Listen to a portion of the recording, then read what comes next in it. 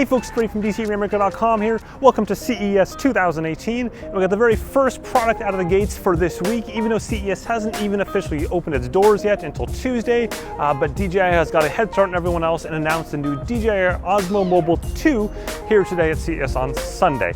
So I've got it here in my hands. Now the first and most important thing to know about the Osmo Mobile 2 is they dropped the crap out of the price. So now it's $129, whereas the original Osmo Mobile used to be $299, and then it was $199 kind of going to the holidays, and now this is $129. So the brand new product is cheaper than the existing. It's actually really impressive. It's also really impressive because that's a really damn cheap gimbal. You've seen plenty of my gimbal reviews in the past. I've done one on the GoPro Karma Grip. I've talked about the Fujitech gimbals for many, many years, the G5, the previous ones to that, the wearable gimbals, all that kind of stuff. I really like gimbals, but I typically use them in action cameras and not so much in phones. But I wanted to give this a shot, especially because some of the intelligent tracking modes that are on the DJI gimbal series, just like they're on the drones. You've seen obviously all my drone reviews in the past. So let's just kind of run through what's new about this, the good, the bad, maybe some ugly as well, and we'll dive right into it. Sorry, brief interruption here. I got to the very end of this video and then I realized that I forgot to tell you what a gimbal was for. I kind of just assumed you knew, but maybe you don't know. So the whole point of a gimbal is to keep your video super, super stable. If you've ever seen, YouTube videos, in fact, most YouTube videos now that are popular are probably shot on some sort of gimbal. It allows me to move like this, and you'll see the camera angle right there. That view is just absolutely perfect. But this is, it's staying level, it's staying even, staying clean. That's the point of a gimbal, is to take out bumps. Hey folks, I want to give you a little bit of sample footage from the Osmo 2 Mobile. Now when I was filming that stuff earlier, I realized that I think the centering wasn't quite perfect, so it was vibrating a bit and it wasn't super smooth, so I wanted to kind of walk through this and just show you as I'm walking down the street here how smooth it is. This is with the iPhone 10 in 4K 30, so just so you can see what's going on there. But again, it looks much cleaner here than it did in that preview window, I think, because it wasn't quite balanced. As you may have seen, you can actually adjust sort of where it sits, and you want to make sure it's perfectly balanced before you get going, otherwise you do get a little bit of jitter there, as you saw, but now it's pretty good. I can go ahead and swap the camera to the front, so I'm going to do that right now. And here's a look at the front of things as you're walking in the street. So again, pretty darn smooth. I'm going to go ahead and pan it to the right as I go past this little umbrella right there, so you can just kind of see what things look like to the right.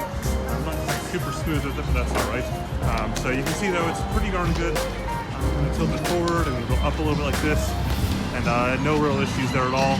So anyways, just want to show you a little bit of that sample footage there so you can see how things look. So I've got the screen recording right now on this here, so you can see what's going on. The one thing to keep in mind is on the DJI product line, the mobile ones, the ones that are Osmo Mobile, means that you use your mobile phone. So right there, you can't really use an action camera, though technically you could like put one in there, and some people have made 3D printed stuff, but realistically that doesn't work all that well, to be honest. And realistically too, the main appeal of using a DJI gimbal versus a Fujitech or some of the other ones is the app. You're basically paying extra for this Bluetooth connection between the gimbal and the phone that allows you to control the gimbal from the phone, and vice versa, depending on how you look at it. So the fact that I can go ahead and turn left and right using this little joystick right there, and it turns it all, there's no wires to the phone, is pretty impressive. Now, of course, Fujitech and others do have apps, but if you have used a Fujitech gimbal, as I have for a long time, you know that that app is hardly the pinnacle of software engineering. Not exactly awesome. Gets the job done, but not awesome. Let's start with hardware first. First thing you'll notice is this switch here. So gone is the on and off switch that used to be there. Instead, that's now the mode button here. So you power it on and off just like you would any other DJI products. So you tap it and then let go and then hold it down for 3 seconds, just like a drone, and then it turns on. Same thing to turn it off. You just simply hold down for a couple seconds and you're good to go. So that gets rid of that piece there, and instead you have the zoom. So now if I look here, I can go zoom into the bushes like this, and then zoom back out of the bushes. Again, this is using the zoom on my camera. In this case, it's an iPhone 10, but whatever camera you have, it'll go ahead and leverage that. Next on the list is we've got the joystick right there. So this again allows me to go like left and right and then up and down, as you'd expect. Right next to that is a record button, so I can tap it once to record. You'll see now it's recording that screen. And if I go ahead and I change from the screen recording to the actual recording, you can see a little bit of difference in quality there, of course, because it does look a little nicer since it's using this as opposed to the screen recording. I can stop that by pressing that again, and I can go ahead and just hold it down to trigger camera photos like that you see there. So That's all there. It doesn't have a separate button for camera photos though, so you kind of have to just get a bunch of photos at once. Looking at the rest of the hardware, you'll notice that it's now this polymer around the entire thing, so it's basically plastic on the entire thing as opposed to metal that used to be up here. DJI did that for basically two reasons, they're saying. Number one, and probably most importantly, it cuts cost, cuts a crap ton of cost, in fact, so that helps out. Secondly is it cuts weight. And why is that interesting? Well, because when they cut the weight out of that, they in turn cut the ability to take out and remove the battery.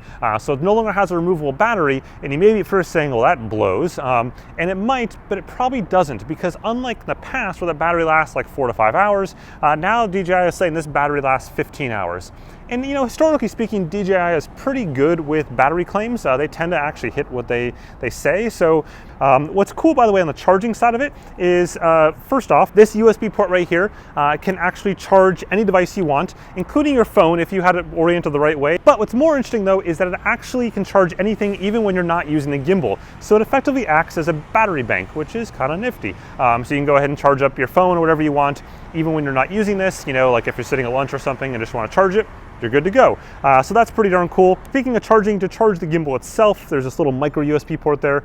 They didn't go with USB-C, which is frankly a little weird, but on the flip side, it doesn't really matter. It's just charging, and most of us have plenty of micro USB ports anyways, and so what can you say? Next, some of the settings that are worthwhile mentioning here. First off, you've got the ability to go into different modes. So if I look normal right there, just my normal recording. In this case, I'm recording at 4K 30 on my phone. Could go to 4K 60, but that just makes my file a whole hell of a lot bigger.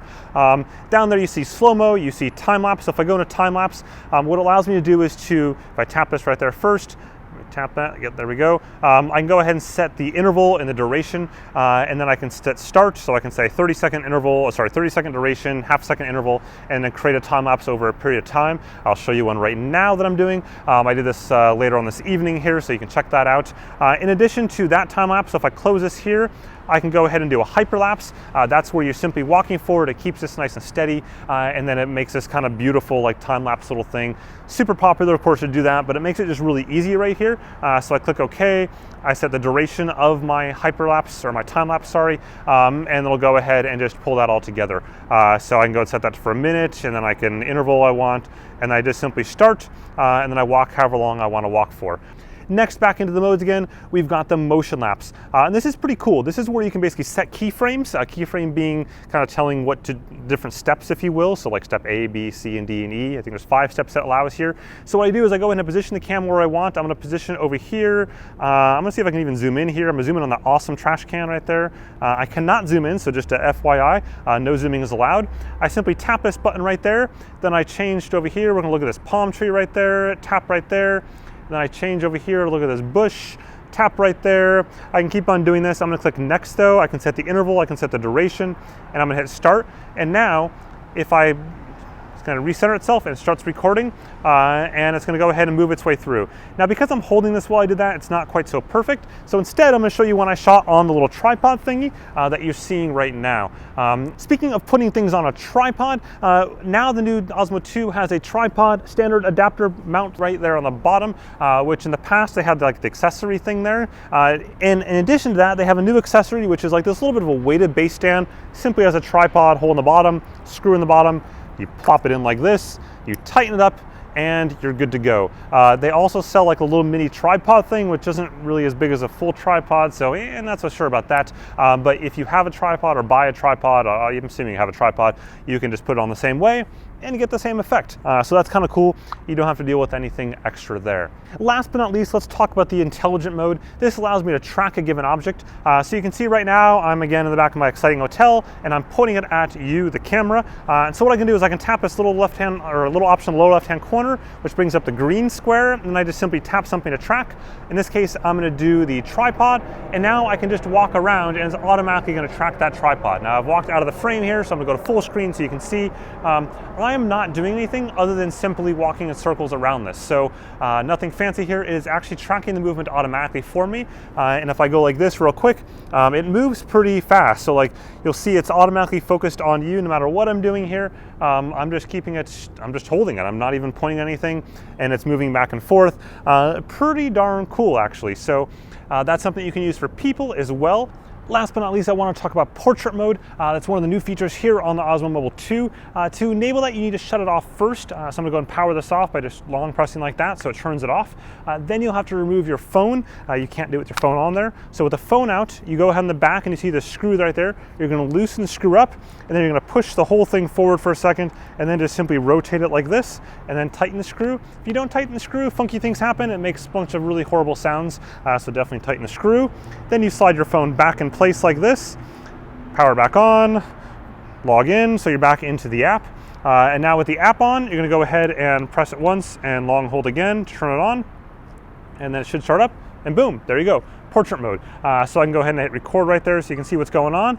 And now I go ahead and just control it like normal. So right now I'm holding the button, it's swinging back around facing you. And of course you can swap the view by just simply tapping this button at the bottom right there, turns around, and now you see me. Simple as that. And I can still control the pan and tilt of the camera itself up and down like that.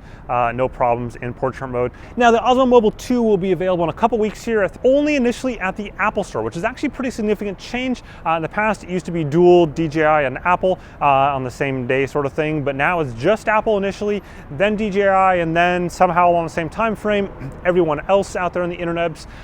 So just keep that in mind, it's Apple first. It is $129, as I mentioned, which is pretty darn impressive for a gimbal of any sort, let alone a one from a well-known brand name like this. Anyway, CES 2018 is about to get started here. There's plenty of good stuff to come this week, so definitely whack that subscribe button on the bottom there to stay tuned for all the latest. With that, thanks for watching. Have a good one.